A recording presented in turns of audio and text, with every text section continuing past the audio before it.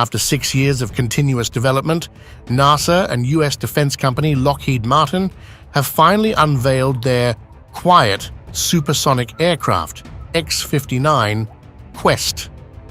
Which revolutionary technology does it bring, and when will we be able to experience supersonic passenger flight? Watch till the end to find out. It's sooner than you think. The sonic boom is a phenomenon that has long been the Achilles heel of supersonic flight. When an aircraft travels faster than the speed of sound, the compressed air molecules against the body of the plane produce shock waves that merge to form a sonic boom, a loud and disruptive noise heard on the ground.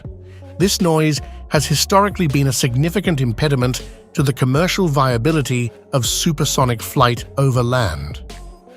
Many of the problems that plague supersonic flight can be traced back to the Concorde, the famous supersonic passenger jet that could travel from New York to London in a mere 3.5 hours.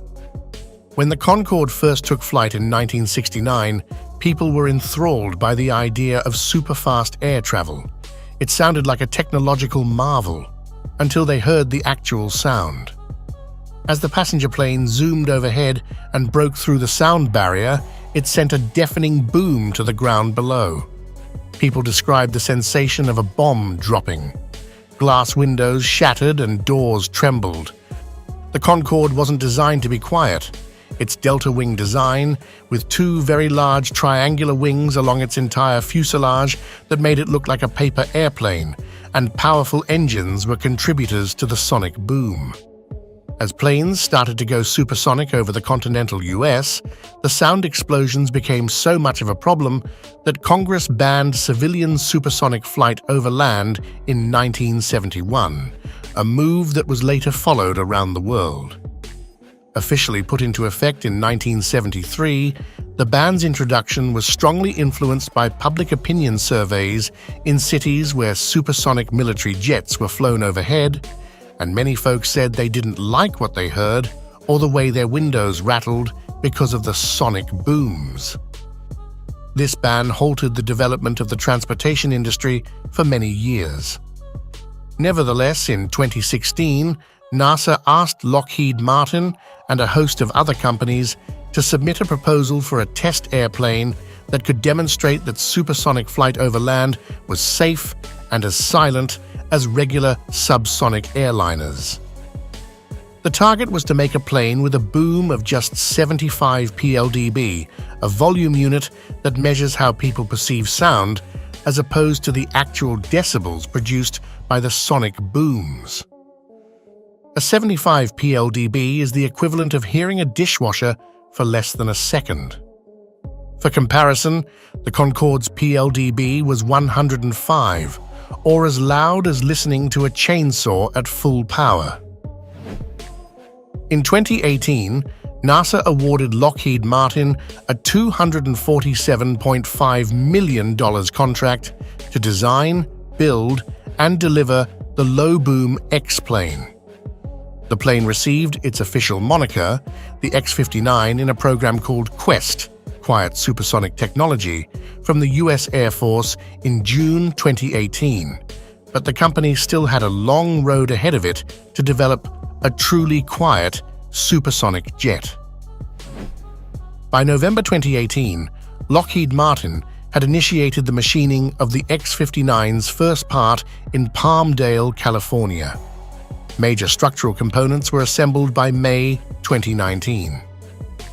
Fast forward to November 2022, and the General Electric F414 GE100 engine, which powers the U.S. Navy F-18's Super Hornet, found its place in the X-59. However, engine is at the top rather than the bottom of the plane to keep a smooth, lower profile that prevents shock waves from reaching the ground.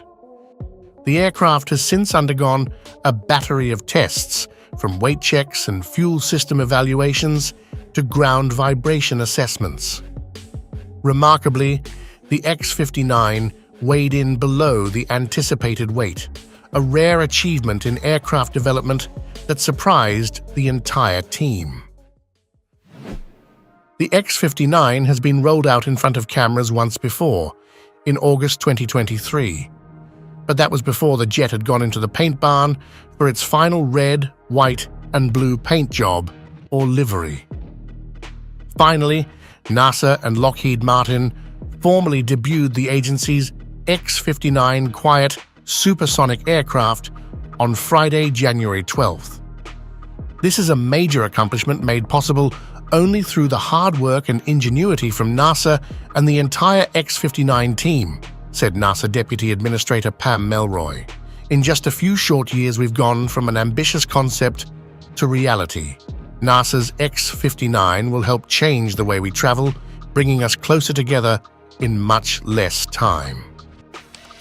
Following the unveiling, Lockheed Martin emphasized that the 99.7-foot-long, 29.5-foot-wide aircraft is meticulously designed to achieve a speed of Mach 1.4, equivalent to 925 miles per hour at an altitude of 55,000 feet. This supersonic marvel opens doors to various applications, including rapid medical response, shorter shipping times, and, of course, faster travel. When the curtain finally fell to reveal the X-59, the assembled crowd applauded and held their mobile phones aloft to capture photos of the new jet, shining red and blue under stage lights. During that rollout, the striking and unique geometry of the X-59 was on full display. The aircraft features a sharp, elongated, beak-like nose section that measures 38 feet in length. The nose section will help shape the shock waves the aircraft produces during flight, NASA said in a 2021 statement. That nose also means pilots flying the X-59 can't see out of the jet's forward windscreen because it doesn't have one. Instead, pilots use what NASA calls the External Vision System, or XVS, to see in front of the aircraft.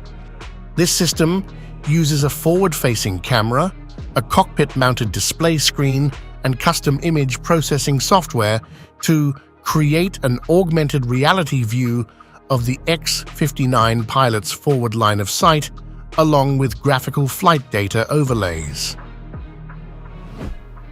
As exciting as unveiling is, it's only the beginning for the X-59. Rollout is a major accomplishment, but it also means the next milestone is first flight, and then supersonic flights after that, said Catherine Baum, manager of NASA's Low-Boom Flight Demonstrator Project and development lead on the X-59, in NASA's statement. Our eyes are on the mission.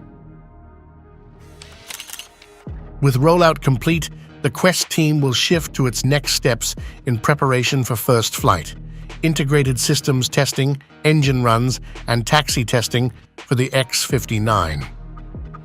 The first flight of the supersonic aircraft had been anticipated to take place last year. However, in October, agency officials delayed the inaugural flight to 2024, citing several technical challenges identified over the course of 2023, including intermittent issues with some of the safety-redundant computers. The Quesst team will conduct several of the aircraft's flight tests at Skunk Works before transferring it to NASA's Armstrong Flight Research Center in Edwards, California, which will serve as its base of operations.